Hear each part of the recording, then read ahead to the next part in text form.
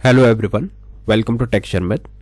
आज के इस सेशन में हम रिएक्टिव फॉर्म से रिलेटेड एक और एग्जांपल कवर करेंगे, जिसमें हम देखेंगे कि किस तरह से हम फॉर्म कंट्रोल के साथ में मिनिमम लेंथ का वैलिडेशन अप्लाई कर सकते हैं। इससे पहले वाले सेशन में हमने देखा था कि कैसे हम रिक्वायर्ड वैलिडेशन को अप्लाई करते हैं। सिमिलरली प्रोजेक्ट में आपको रिक्वायरमेंट हो सकती है जहां पे आपको मिनिमम लेंथ को भी चेक करना हो। ठीक है, तो इस सेशन के एंड तक आपको पता चल जाएगा मिनिमम लेंथ का एग्जांपल कैसे इंप्लीमेंट होगा, क्या स्ट्रक्चर चेंज होगा और कैसे कैसे चीज़ें हमें इंप्लीमेंट करनी होगी। ठीक है, तो आपको इस पूरे सेशन के एंड तक पता चलेगा मिनिमम लेंथ का पूरा प्रोसीजर, उसका बेनिफिट और एक प्रोसेस बिल्कुल सेम रहेगा। सबसे पहले मैं रिक्वायरमेंट बताऊंगा, रिक्वायरमेंट के अकॉर्डिंग हम चीज़ों को इम्प्लीमेंट करेंगे और फिर ब्राउजर पे आउटपुट को वेरीफाई करेंगे। बट सेशन शुरू करने से पहले जस्ट एक रिकमेंडेशन है कि अगर अभी तक आप लोगों ने पहले वाले सेशंस नहीं देखे हैं तो आप पहले उनको देख सकते हो, क्योंकि जो पूरी प्लेलिस्ट है एक प्रॉपर सीक्वेंस और सिंक में। तो अगर आप उसको सीक्वेंशियली फॉलो करोगे तो और भी ज़्यादा इजी रहेगा आप लोगों के लिए ऑनगोइंग टॉपिक को समझना और उसको इम्प्लीमेंट करना, क्योंकि अभी के लिए हमारी मेन प्रायोरिटी है कि कैसे हम फॉर्म कंट्रोल को मिनिमम लेंथ वैलिडेशन के साथ ऐड करें। ठीक है, ऑलराइट। तो अभी और एक चीज़, अगर आपको सिक्वेंशियल कंटेंट रेफर करना है तो आप लोग टेक्सचर में डिजिटल कोर्स बुक को रेफर कर सकते हो, जो फ्रीली अवेलेबल है डिस्क्रिप्शन बॉक्स में। वहाँ पे आपको 3000 प्लस फ्री रिसोर्सेज मिलेंगे जो अवेलेबल है हिंदी और इंग्लिश दोनों लैंग्वेजेस के अंदर। तो एज पर योर रिक्वायरमेंट आप उसको देख सकते हो। ठीक है, अभी हम सेशन को स्टार्ट करते हैं। तो देखो, यहाँ पे हमने सबसे पहले एक हेडिंग डाला हुआ है, Angular course by Texture Math. फिर एक और हेडिंग है, reactive form in Angular, form control with minimum length validation. तो ये अपना मेन टॉपिक है कि मिनिमम लेंथ वैलिडेशन हम कैसे इंप्लीमेंट करें। तो उसके लिए देखो, यहाँ पे हमने 2 हॉरिजॉन्टल रो भी ऐड करा। ये क्यों? जब भी आप कोई फॉर्म डिजाइन करते हो तो हेडिंग्स और फॉर्म्स के बीच में एक हॉरिजॉन्टल रो अगर आएगी तो वो थोड़ा सा फॉर्म क्लियर लगेगा। ऑल्दो ये मैंडेटरी नहीं है, आप चाहो तो इस हॉरिजॉन्टल रो को स्किप भी कर सकते हो, बट थोड़ा सा बेटर वे में ब्राउजर पे शो करने के लिए हमने हॉरिजॉन्टल रो यहाँ पे रखी है। ठीक है, तो ये एक पार्ट हो गया। सेकंड, अब जब भी आपको रिएक्टिव फॉर्म इंप्लीमेंट करना है तो उसके लिए आपको कुछ मॉड्यूल्स इंपोर्ट करने हैं पहले से। कौन कौन से मॉड्यूल देखते हैं, उसके लिए चलते हैं app.component.ts फाइल पे। यहाँ पे सबसे पहले तो आपको फॉर्म्स रिएक्टिव फॉर्म मॉड्यूल को इंपोर्ट करना होता है। ठीक है, ये सबसे इंपॉर्टेंट है। प्लस इस सेशन के अंदर हम ngIf भी यूज करने वाले हैं, तो यहाँ पे ngIf को भी इंपोर्ट कर लेते हैं। उसी तरह से हम बाकी जो जो रिक्वायरमेंट होगी अपने मॉड्यूल्स को यहाँ पे इंपोर्ट करते जाएंगे। बट अभी एटलीस्ट ये 2 आपके पास इंपोर्ट होने चाहिए पहले से। अब इसके अकॉर्डिंग अब अपन रिक्वायरमेंट देखते हैं, क्योंकि रिक्वायरमेंट पता होगा तो उस अकॉर्डिंग फिर हम अपने प्रोग्राम को बिल्ड करेंगे। तो पहली रिक्वायरमेंट हमारी ये है कि हमें एक ऐसा इनपुट फील्ड क्रिएट करना है जिस इनपुट फील्ड में अगर यूजर 3 कैरेक्टर्स डालता है तो उस केस में हम उसको मानेंगे कि ये वैलिड है ना, और वैलिड है तो हमें उसको कुछ भी एरर मैसेज शो नहीं करेंगे। बट अगर यूजर ने 3 कैरेक्टर से कम कुछ इनपुट किया तो उस सिचुएशन में हम उसको इनवैलिड कंसिडर करके वहां पे एक मैसेज को शो करेंगे। ठीक है, तो ये चीज हमें यहाँ पे इम्प्लीमेंट करनी है। तो इसे इम्प्लीमेंट करने के लिए अपन क्या करेंगे, सबसे पहले एक सिंपल सा फॉर्म क्रिएट करेंगे। तो यहाँ आ गया हमारा फॉर्म, और इस फॉर्म के अंदर हम एक एक करके चीज़ें स्पेसिफाई करेंगे। जैसे सबसे पहले लेबल डाल देते हैं, तो लेबल में अपन लिखते हैं यूज़र नेम। ऑल्दो फील्ड्स बहुत सारी हो सकती है एक फॉर्म के अंदर जहाँ वैलिडेशन लगाएं, बट अभी सिंपल बनाने के लिए सिर्फ एक ही फील्ड को अपन कंसिडर करेंगे एट ए टाइम, और उसी फील्ड पे ये वैलिडेशन अप्लाई करके देखेंगे। ठीक है, तो यहाँ पे हमने एक लेबल ऐड कर लिया जो यूज़र नेम को शो कर रहा है।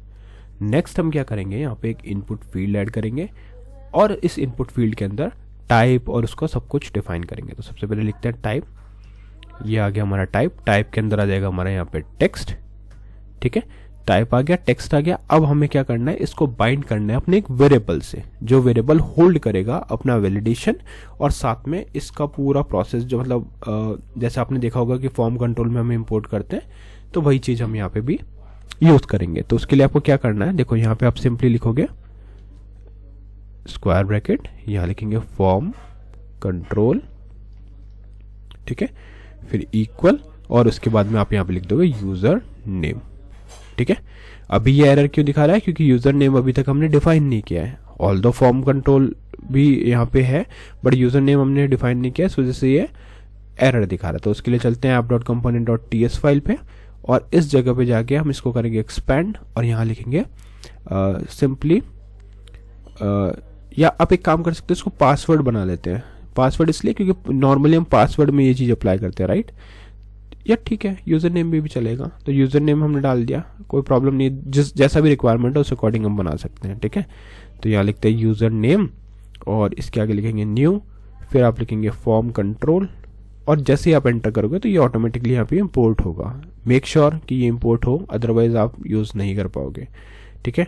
इसको इंपोर्ट करने के बाद में डिफ़ॉल्ट वैल्यू हम ब्लैंक की रखेंगे और उसके बाद में एक वैलिडेटर ऐड करेंगे। तो यहाँ आ जाएगा वैलिडेटर्स डॉट मिन लेंथ, ठीक है। ये मिन लेंथ आप लोगे और यहाँ पे आप डाल देते हो 3 कैरेक्टर्स।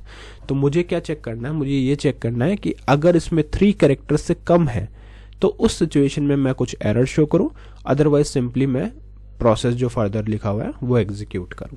तो ये अपनी ओवरऑल रिक्वायरमेंट है। तो उस अकॉर्डिंग हमने वेरिएबल डिक्लेयर कर दिया। यहाँ पे इंपॉर्टेंट क्या था, वैलिडेटर्स। वैलिडेटर्स की ही हेल्प से आप आइडेंटिफाई कर पाओगे कि वो वैलिड है या नहीं, ठीक है। फिर चलेंगे app.component.html फाइल के ऊपर जहाँ पे हमने यूज़र नेम ऑलरेडी अटैच किया है। तो अब हमें क्या करना है, सिंपली बस एक मैसेज है उसको शो करवाना है, क्योंकि अभी अगर आप एग्जीक्यूट करोगे इस कोड को ng-serve -open एंटर तो आपको दिखेगा कि वहाँ पे हमने ब्राउज़र के आगे एक इनपुट फील्ड दिया है। देखो मेन हेडिंग आया एंगुलर कोर्स बाय टेक्सचरमेंट, फिर हमारी सेकेंडरी हेडिंग है reactive form in Angular, form control with minimum length validation, फिर एक हॉरिजॉन्टल रो है, एक लेबल है, उसके आगे एक इनपुट फील्ड है और फिर से एक हॉरिजॉन्टल रो है। तो ये कुछ डेटा हमारे पास ऑलरेडी यहाँ पे आ रहा है। अब हमें नेक्स्ट क्या करना है, नेक्स्ट इसका देखो अभी अगर हम यहाँ पे ए लिखते हैं तो अभी कोई एरर नहीं आ रहा, राइट। बट हमें तो मैंडेटरी 3 कैरेक्टर्स लिखा था। तो उस सिचुएशन में क्या होगा, आपको एक फर्दर लॉजिक लिखना पड़ेगा। कैसा, देखो यहाँ पे हम एक डिव बना लेते हैं और इस डिव के अंदर हम ngIf कंडीशन अप्लाई करते हैं। तो स्टार ngIf, यहाँ पे हम चेक करेंगे कि अगर फॉर्म डॉट गेट, ठीक है, फिर ओपनिंग क्लोजिंग पैरेंथेसिस, इसके अंदर लिखेंगे यूजर नेम और फिर यहाँ पे आ जाएगा एक question mark dot errors dot min length. यहाँ पे आपको लिखना पड़ेगा सिंगल कोट के अंदर मिन लेंथ, ठीक है। तो ये आपने कुछ लॉजिक लिखा जो हम यहाँ पे डिफाइन कर रहे हैं, ठीक है। तो हमने क्या किया, star ngIf form dot gate user name, ठीक है, user name question mark dot errors dot question mark dot min length और यहाँ पे इसके बाद में अभी ये एरर क्यों दिखा रहा है, देखो फॉर्म में क्या दिखा रहा है, property form does not exist in the app component, मतलब ये अभी हमारा एग्जिस्ट नहीं करता। ओके तो हमने यहाँ पे जो फॉर्म गेट लिखा था वो एक्चुअल में फॉर्म ग्रुप का है, वो मैं आपको नेक्स्ट पार्ट में बताऊंगा कि फॉर्म ग्रुप कैसे यूज़ करना होता है। बट अब अभी हम क्या कर रहे हैं, सिंगल हमारे पास एक वैलिडेटर है, राइट। तो सिंगल वैलिडेटर के लिए जैसे अभी हम यहाँ पे फॉर्म कंट्रोल यूज़ कर रहे हैं वैसे ही फॉर्म ग्रुप भी रहता है, तो वो अपन सीखेंगे नेक्स्ट सेशंस में। बट अभी के लिए हमने क्या किया, सिंपल एक सिंगल के लिए यूज़ किया। तो उस केस में आपको सिंपली बस इतना लिखना है, user name dot errors question mark dot min length. ये क्वेश्चन मार्क क्या करेगा, ये चेक करेगा कि अगर कोई भी रीजन से इसमें वैलिड वैल्यू नहीं आती तो वो फेल नहीं होगा, एप्लीकेशन आपको मैसेज एरर का दिखा देगा, ठीक है। और यहाँ पे हम लिखेंगे मिनिमम 3 कैरेक्टर्स आर रिक्वायर्ड।